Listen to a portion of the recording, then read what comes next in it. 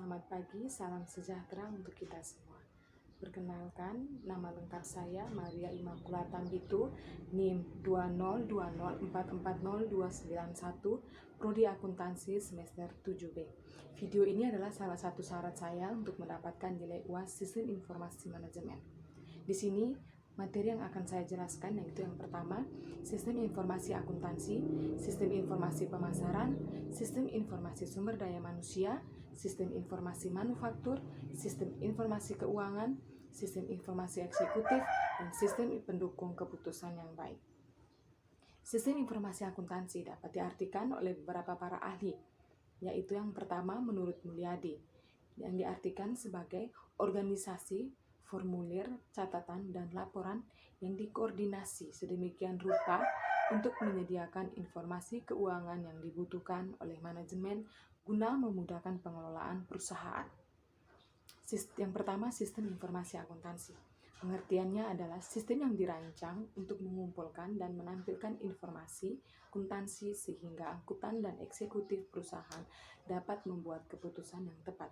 Fungsinya adalah mengumpulkan semua data kegiatan bisnis perusahaan dan menyimpan dengan data secara efektif dan efisien.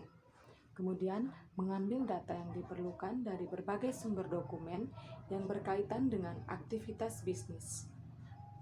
Yang berikutnya, membuat dan mencatat data transaksi dengan baik dan benar ke dalam jurnal-jurnal yang diperlukan dalam proses akuntansi sesuai dengan urutan data dan tanggal yang tepat. Kemudian ada pun tujuan dari sistem informasi akuntansi ini. Yang pertama, mengumpulkan dan menyimpan data tentang aktivitas dan transaksi. Yang kedua, memproses data menjadi informasi yang dapat digunakan dalam proses pengambilan keputusan terkait perencanaan dan pengendalian bisnis.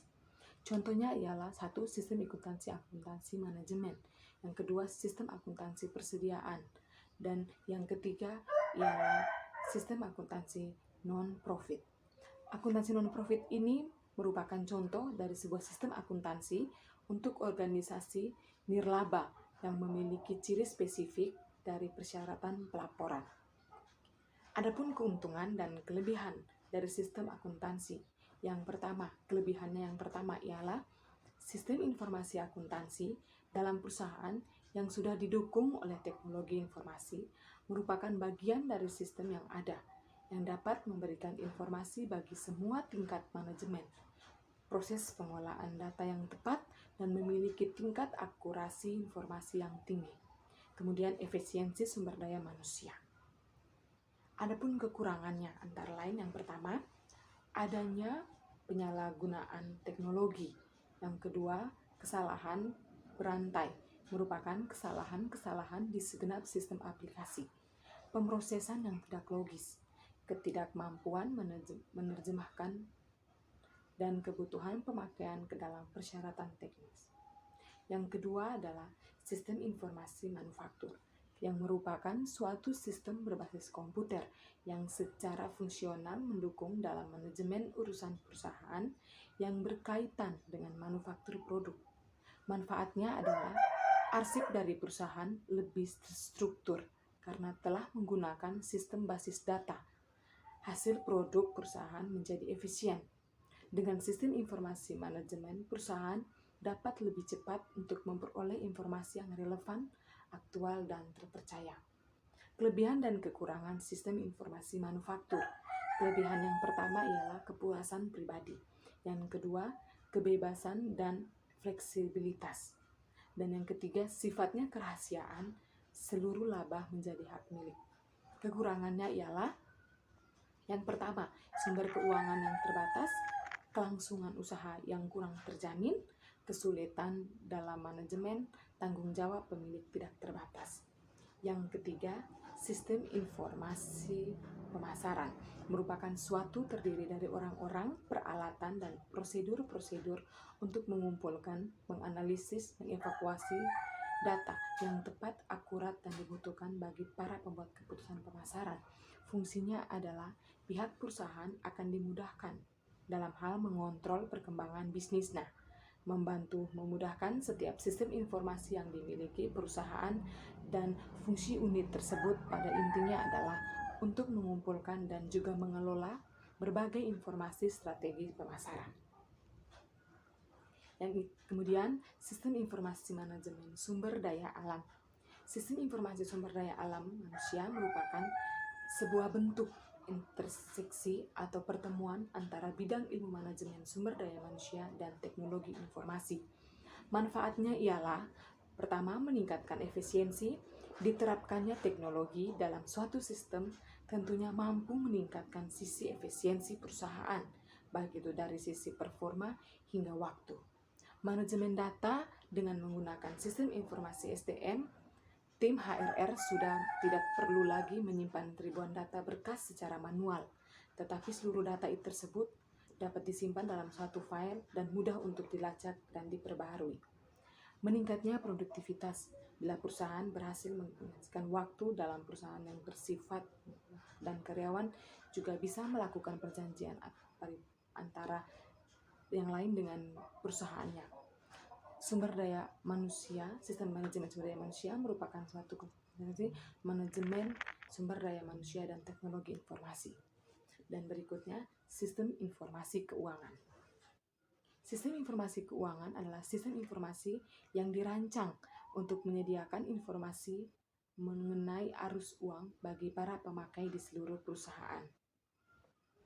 Masalah-masalah keuangan perusahaan. Tujuannya ialah sistem informasi keuangan dapat bertujuan untuk meningkatkan kualitas pelaporan keuangannya agar akurat, tepat waktu, dan dapat dipertanggungjawabkan, yang mampu menghubungkan kantor Satker ke jenjang di atasnya. Kemudian, mendukung efisiensi, efektivitas, dan kelancaran penyusunan laporan keuangan.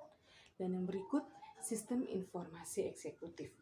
Sistem informasi eksekutif merupakan salah satu sistem informasi manajemen, jenis manajemen yang memudahkan dan mendukung keterangan dan membuat keputusan yang dibutuhkan oleh eksekutif senior dengan menyediakan kemudahan dalam akses maupun dari luar yang relevan dari tujuan organisasinya. Karakteristiknya, yang pertama, drill down, merupakan kumpulan laporan dan setiap waktu poinnya. Yang kemudian, bentuk informasi harus menjadi bahan pertimbangan khusus.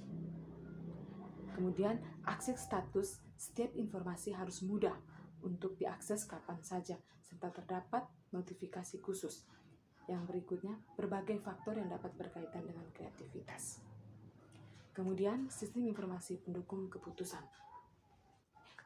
Sistem informasi ini merupakan berbasis komputer yang digunakan untuk mendukung pengambilan sebuah keputusan dalam perusahaan atau organisasi.